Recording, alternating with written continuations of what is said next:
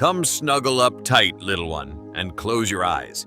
Tonight we've got palaces under the skies, a loch full of swans and a stag with a crown and a wonderful secret in Edinburgh town. Leo and Zia were tucked in their beds, the moon making patterns of silver and threads.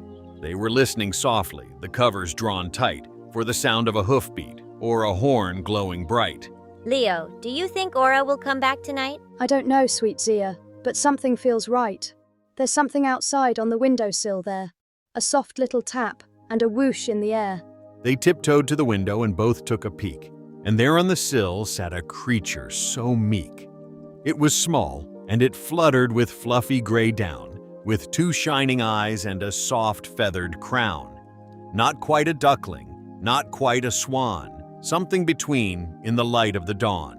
Oh, please, little ones. Oh, please, will you come? I've flown from a loch and I've flown far from home. My name is Rowan. I'm a cygnet, you see, and there's trouble tonight. Please come here with me. A cygnet, a baby swan. Look how small. What's happened, sweet Rowan? Please tell us it all. I live on a loch by a palace so grand in a great royal park in this beautiful land. The Palace of Holyroodhouse. Do you know? Where the kings and queens visited long, long ago. My loch is beside it, St. Margaret's, they say, with swans and with geese and with ducks all the day. But tonight there's a stillness that isn't quite right. The old palace guardian has gone from her sight. Please come with me quickly. I don't know the way to make it all better before the new day. Of course we'll come with you. Zia, quick, take my hand. Let's follow this cygnet across the whole land. But how could they fly without Aura's kind aid? Rowan smiled softly, quite calm and unafraid. She fluttered her small gray and downy soft wings, and out of her feathers came magical rings, tiny gold sparkles that danced round her head and settled on Leo and Zia instead. And suddenly, softly, their feet left the floor. They floated like feathers, as light as a door. Come on then, my dears, we shall fly with the breeze on the softest of magics as light as the trees. They flew from the window, through the cool silver air, past chimneys and rooftops, without any care.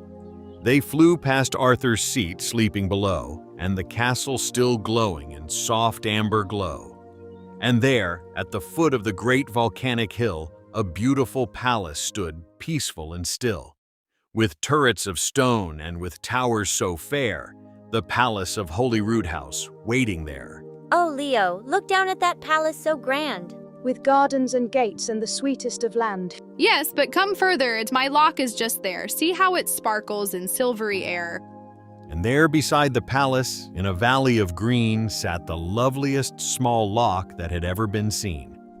St. Margaret's Loch, all silver and wide, with reeds round the edges and stones by its side.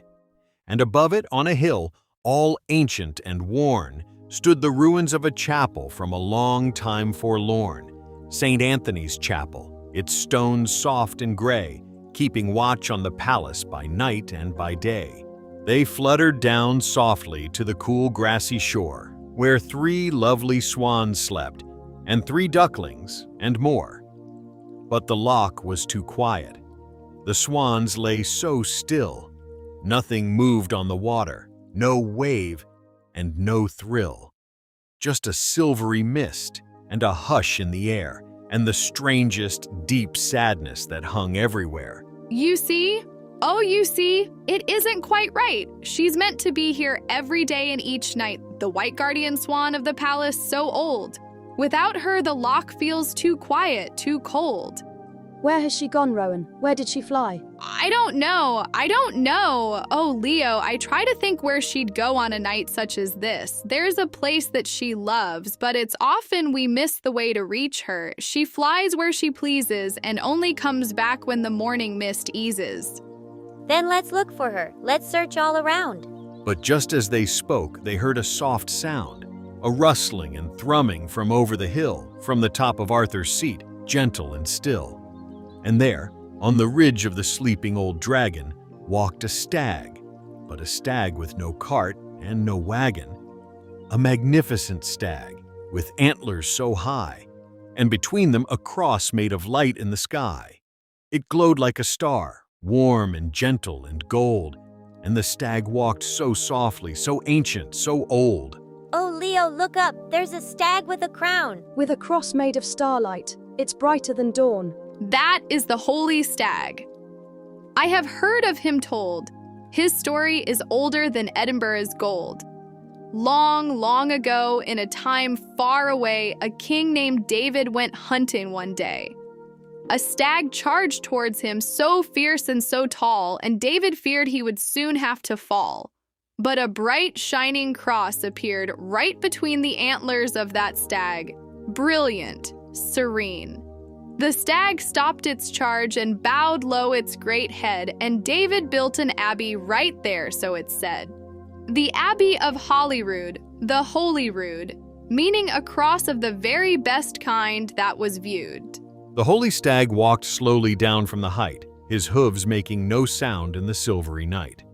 He came to the loch where the children stood still, and behind him, oh look, there was more coming still. A swan, snow white, glowing bright as the moon, walking beside him, humming a tune.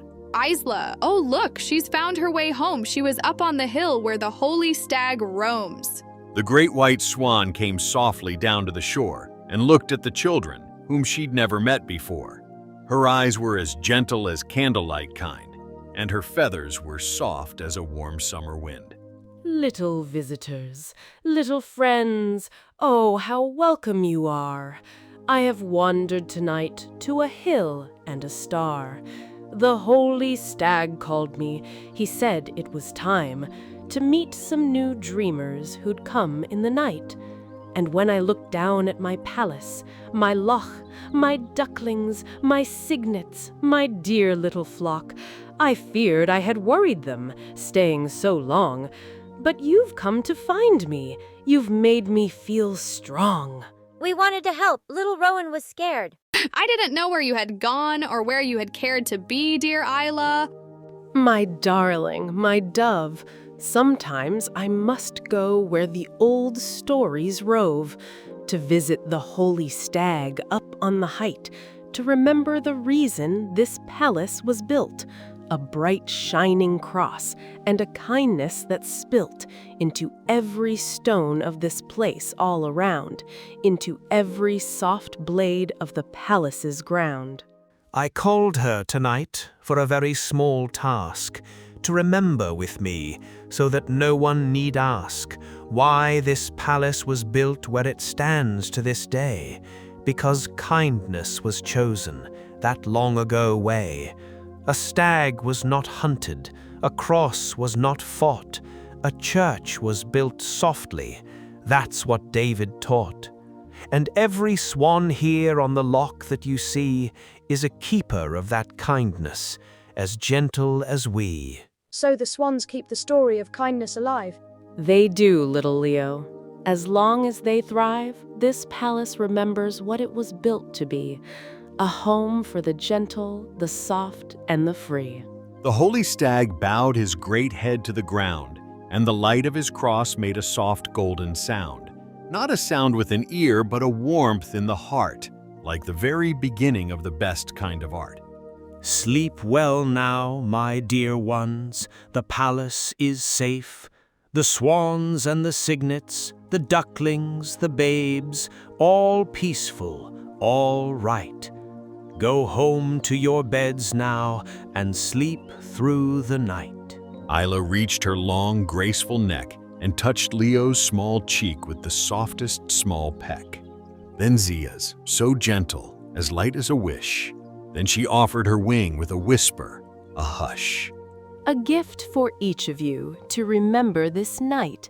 2 small silver feathers, both weightless and light. When you hold them, remember, the palace still stands, and the swans still watch over the softest of lands. That kindness, once chosen, so long, long ago, still glows in the palace and still makes it grow. 2 silvery feathers drifted down through the air, and Leo and Zia caught them with care. They were softer than snowflakes, more light than a breeze, and they hummed with a warmth like the sunshine through trees. I'll take you back home now. Fly gently with me through the last of the moonlight, so soft and so free. They rose from the shore of the shimmering loch, past Arthur's seat sleeping, past castle and clock, past chimneys and rooftops, so gentle, so slow, back to their garden and its rose-golden glow.